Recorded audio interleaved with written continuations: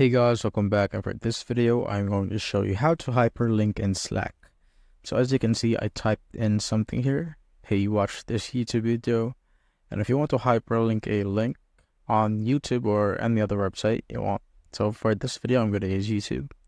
So go to any video that you want to copy the link first. So let's say this video, I'm going to copy this link. Go back to the message line here. What you want to do is highlight the text you want to make a hyperlink of. So let's say I'm gonna hyperlink this text. Highlight it, then click on, for Windows users, you need to click on Control Shift then U. Then this will pop up, and what you want to do now is paste the link that you got from YouTube, and of course you could always change the text, but I'll leave it as is. Then just click on Save.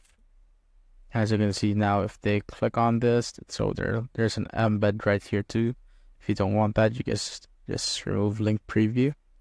And if they click on that, let's send it first, right there.